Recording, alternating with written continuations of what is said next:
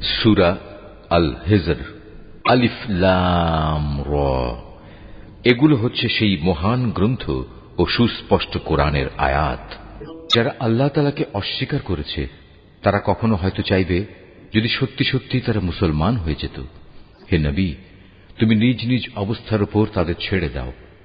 তারা খাওয়া দাওয়া করুক, ভোগ উপভোগ করতে থাকুক, মিথ্যা আশা তাদের মোহাচ্ছন্ন করে রাখুক। অচিরেই তারা জানতে পারবে কোন প্রতারণার জালে তারা আটকে পড়েছিল। যে কোনো জনপদকেই আমি ধ্বংস করি না কেন, তার ধ্বংসের জন্য একটি সুনির্দিষ্ট সময় আগে থেকে লিখিত থাকে। কোন জাতি তার ধ্বংসের কাল যেমন ত্বরান্বিত করতে পারে না, তেমনি তা বিলম্বিতও করতে পারে না। তারা বলে, ওহে, যার উপর কোরআন নাজিল করা হয়েছে তুমি অবশ্যই একজন উন্মাদ ব্যক্তি। তুমি সত্যবাদী নবী হলে আমাদের সামনে ফেরেশতাদের নিয়ে আসো না কেন। হে নবী, তুমি তাদের বলো, আমি ফেরেশতাদের কখনো কোনো সঠিক কারণ ছাড়া নাজিল করি না। তাছাড়া একবার যদি আযাবের আদেশ নিয়ে ফেরেশতারা এসেই যায় তবে তো আর তাদের কোনো অবকাশই দেয়া হবে না। আমি উপদেশ সম্বলিত কোরআন নাজিল করেছি এবং আমি একে সংরক্ষণ করি। তোমার আগেও পূর্ববর্তী জাতিসমূহের মাঝে আমি রসুল পাঠিয়েছিলাম। তাদের কাছে এমন একজন রসুল আসেনি যার সাথে তারা ঠাট্টা বিদ্রুপ করেনি। এভাবেই আমি অপরাধীদের অন্তরে ঠাট্টা বিদ্রুপের এ প্রবণতা সঞ্চার করি। এরা কোনো অবস্থায় তার উপর ঈমান আনবে না। আসলে এই নিয়ম তো আগের মানুষদের থেকেই চলে এসেছে। আমি যদি এদের জন্য আসমানের দরজাও খুলে দেই, অতঃপর তারা যদি তাতে চড়তেও শুরু করে, তারপরও এরা ঈমান আনবে না, বরং বলবে আমাদের দৃষ্টি মোহাবিষ্ট হয়ে গেছে, কিংবা আমরা হচ্ছি এক জাদুগ্রস্ত সম্প্রদায়। কে দেখো কিভাবে আমি আকাশে গম্বুজ তৈরি করে রেখেছি, অতঃপর তার দর্শকদের জন্য তারকা রাজি দ্বারা সুসজ্জিত করে রেখেছি।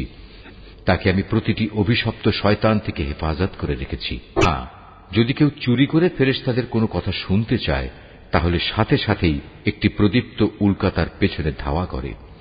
আমি জমিনকে বিস্তৃত করে বিছিয়ে দিয়েছি, ওতে আমি পর্বতমালাকে পেরেকের মতো গেড়ে দিয়েছি যেন তা নড়াচড়া করতে না পারে, এবং তাতে প্রতিটি জিনিস আমি সুপরিমিতভাবে উৎপাদন করেছি। আমি জীবিকার ব্যবস্থা করেছি তোমাদের জন্য এবং অন্য সব সৃষ্টির জন্য, যাদের কারোই রিজিক দাতা তোমরা নও। কোন জিনিস এমন নেই যার ভাণ্ডার আমার হাতে নেই, কিন্তু তা আমি সুনির্দিষ্ট একটি পরিমাণ ছাড়া সরবরাহ করি না।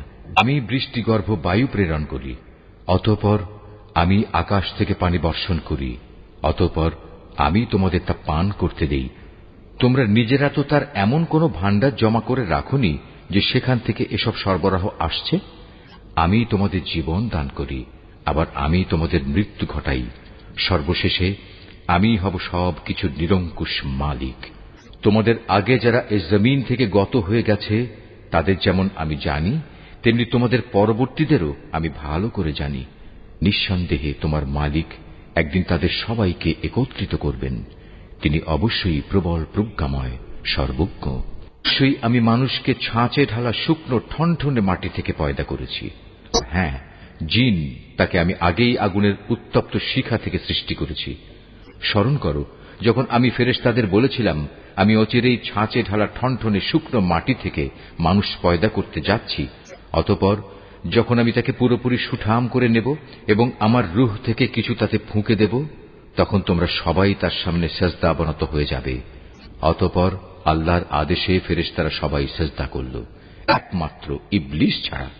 সে সেজদাকারীদের দলভুক্ত হতে অস্বীকার করল। তারা বললেন, তোমার কি হলো, তুমি যে সেজদাকারীদের দলে শামিল হলে না? সে বলল, হে আল্লাহ, আমি কখনো এমন মানুষের জন্য সেজদা করতে পারি না যাকে তুমি ছাঁচে ঢালা শুকনো ঠনঠনে মাটি থেকে বানিয়েছ। আল্লাহ তাআলা বললেন, তাই যদি বলো তাহলে তুমি এক্ষুনি এখান থেকে বেরিয়ে যাও, কেননা আজ থেকে তুমি অভিশপ্ত। হিসাব নিকাশের দিন পর্যন্ত তোমার উপর অভিশাপ। সে বলল, হে মালিক, তাহলে তুমিও আমাকে সেদিন পর্যন্ত অবকাশ দাও যেদিন সবাইকে পুনরায় জীবিত করা হবে। আল্লাহ তাআলা বললেন, হ্যাঁ, যাও। যাদের এ অবকাশ দেয়া হয়েছে তুমিও তাদের অন্তর্ভুক্ত হলে। এ অবকাশ সুনির্দিষ্ট সময় আসার দিন পর্যন্ত। সে বলল, হে আমার মালিক, তুমি যেভাবে আজ আমাকে পথভ্রষ্ট করে দিলে, আমিও তোমার শপথ করে বলছি, আমি মানুষদের জন্য পৃথিবীতে তাদের গুনার কাজসমূহ শোভন করে তুলব এবং তাদের সবাইকে আমি পথভ্রষ্ট করে ছাড়ব। তবে তাদের মধ্যে যারা তোমার খাঁটি বান্দা তাদের কথা আলাদা। আল্লাহ তাআলা বললেন, পরীক্ষা নিরীক্ষার মাধ্যমে এটাই আমার কাছ পর্যন্ত পৌঁছানোর সহজ সরল পথ। হ্যাঁ, এ গোমরা মানুষদের মধ্যে যারা তোমার অনুসরণ করবে তারা ছাড়া আমার যারা খাঁটি বান্দা তাদের উপর তোমার কোনো আধিপত্য চলবে না। আর অবশ্যই জাহান্নাম হচ্ছে তাদের সবার প্রতিশ্রুত আশ্রয়। এতে থাকবে 7টি বিশালকায় দরজা। আবার এগুলোর প্রতিটি দরজা দিয়ে প্রবেশ করার জন্য থাকবে শয়তানের অনুসারীদের একটা নির্দিষ্ট অংশ। এর বিপরীত যারা আল্লাহ তাআলাকে ভয় করে তারা অবশ্যই সেদিন জান্নাত ও ঝর্ণাধারার বহুমুখী নিয়ামতে অবস্থান করবে। এই বলে তাদের অভিবাদন জানানো হবে, তোমরা শান্তি ও নিরাপত্তার সাথে সেখানে প্রবেশ করো। তাদের অন্তরে ঈর্ষা বিদ্বেষ যাই থাক না কেন আমি সেদিন তা দূর করে দেব। তারা একে অপরের ভাই হয়ে পরস্পরের মুখোমুখি সেখানে অবস্থান করবে। সেখানে তাদের কোন রকম অবসাদ পর্যন্ত স্পর্শ করবে না, আর তারা সেখান থেকে কোনো দিন বহিষ্কৃতও হবে না। হে নবী, তুমি আমার বান্দাদের কথা বলে দাও, আমি যেমন ক্ষমাশীল পরম দয়ালু তেমনি আমার আযাবও হচ্ছে অত্যন্ত কঠোর। হে নবী, তুমি তাদের ইব্রাহিমের মেহমানদের কাহিনী শোনাও। যখন তারা তার কাছে হাজির হয়ে বলল, তোমার উপর সালাম, তখন সে তাদের ভাবভঙ্গি দেখে বলল, আমরা অবশ্যই তোমাদের ব্যাপারে শঙ্কিত।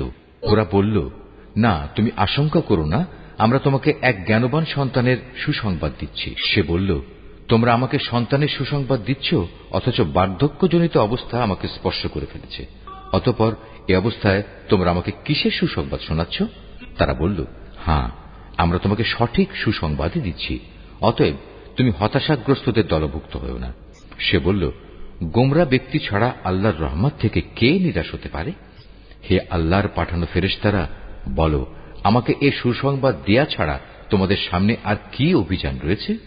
তারা বলল, হ্যাঁ, আমাদের এক নাফরমান জাতির বিরুদ্ধে অভিযানে পাঠানো হয়েছে, যারা অচিরেই বিনাশ হয়ে যাবে।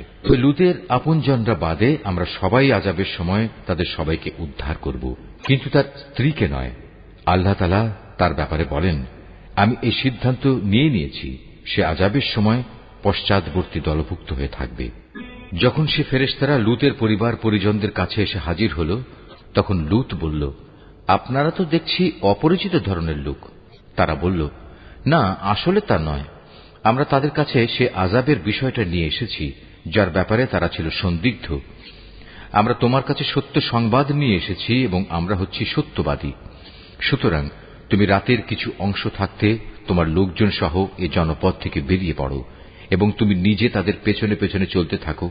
সাবধান, তোমাদের মধ্যে কেউ যেন পেছনে ফিরে না তাকায়। ঠিক যেদিকে যাওয়ার জন্য তোমাদের আদেশ করা হবে সেদিকেই চলতে থাকবে। ইতিমধ্যে আমি তার কাছে এ ফয়সালা পাঠিয়ে দিয়েছি যে এ জনপদের মানুষগুলোকে ভোর হতেই মূলোৎপাটিত করে দেয়া হবে। ইতিমধ্যে নগরের অধিবাসীরা উল্লসিত হয়ে লূতের কাছে এসে হাজির হল। এদের আসতে দেখে সে বলল, হে আমার দেশবাসী, এরা হচ্ছে আমার মেহমান। এদের সাথে অশালীন আচরণ করে তোমরা আমাকে অপমান করো না। তোমরা আল্লাহ তাআলাকে ভয় করো এবং আমাকে এদের সামনে হেয় করো না। তারা বলল, আমরা কি তোমাকে দুনিয়া জোড়া মানুষের মেহমানদারি করা থেকে নিষেধ করিনি? এদের উক্তি শুনে সে বলল, একান্তই যদি তোমরা কিছু কামনা বাসনা চরিতার্থ করতে চাও তবে এখানে আমার জাতির মেয়েরা রয়েছে। হে নবী, তোমার জীবনে শপথ করে বলছি, সেদিন এরা নিদারুণ এক নেশায় বিভোর হয়ে পড়েছিল। আল্লাহর গজবের কোনো কথাই এরা বিশ্বাস করল না। অতঃপর সূর্যোদয়ের সাথে সাথেই এক মহানাদ এসে তাদের উপর আঘাত হানল। তারপর আমি নগরগুলো উল্টিয়ে দিলাম এবং ওদের ওপর পাকানো মাটির পাথরের বৃষ্টি বর্ষণ করলাম। অবশ্যই এ ঘটনার মাঝে পর্যবেক্ষণ সম্পন্ন মানুষদের জন্য শিক্ষার বহু নিদর্শন রয়েছে। ধ্বংসস্তূপের নিদর্শন হিসেবে তা আজও রাস্তার পাশে দাঁড়িয়ে আছে। অবশ্যই এর মাঝে ঈমানদারদের জন্য আল্লাহর নিদর্শন মজুদ রয়েছে। লূতের জাতির মতো আইকার অধিবাসীরাও জালেম ছিল। অতঃপর আমি তাদের কাছ থেকেও তাদের নাফরমানির প্রতিশোধ নিয়েছি। আর আজ এ উভয় জনপদই আযাবের চিহ্ন বহন করে প্রকাশ্যে রাস্তার পাশে দাঁড়িয়ে আছে। একইভাবে হেজরবাসীরাও নবীদের অস্বীকার করেছিল। আমি আমার নিদর্শনসমূহ তাদের কাছে প্রেরণ করেছিলাম, এতৎসত্ত্বেও তারা তা থেকে মুখ ফিরিয়ে নিয়েছিল। তারা পাহাড় কেটে কেটে নিজেদের জন্য ঘর বানাতো এ আশায় যে তারা সেখানে নিশ্চিন্তে জীবন কাটাতে পারবে। অতঃপর নাফরমানির জন্য একদিন প্রত্যুষে তাদের উপর মহানাদেশে আঘাত হানল। সুতরাং তারা জীবনভর যা কিছু কামাই করেছে আল্লাহর গজবের সামনে তা কোনোই কাজে আসেনি। জেনে রেখো, আকাশমালা, জমিন এবং এ দুইয়ের মাঝখানে যা কিছু আছে তার কোনোটাই আমি অযথা পয়দা করিনি। অবশ্যই সব কিছু শেষে একদিন কিয়ামত আসবে এবং এ সৃষ্টিলীলা ধ্বংস হয়ে যাবে। অতএব হে নবী, তুমি পরম ঔদাসীন্যের সাথে ওদের উপেক্ষা করো। নিশ্চয়ই তোমার মালিক হচ্ছেন এক মহাস্রষ্টা, মহাজ্ঞানী।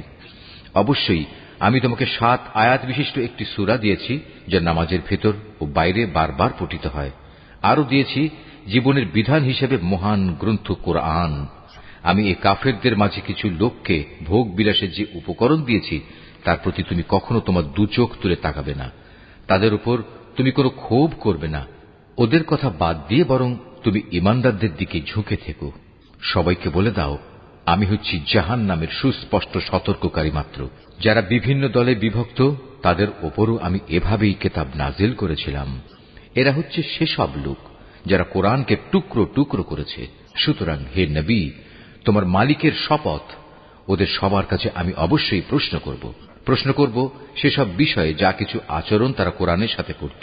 অতএব তোমাকে যে আদেশ দেয়া হয়েছে তুমি খোলাখুলি জনসমক্ষে তা বলে দাও, এবং এর পরেও যারা আল্লাহ তাআলার সাথে শরীক করে তাদের তুমি উপেক্ষা করো।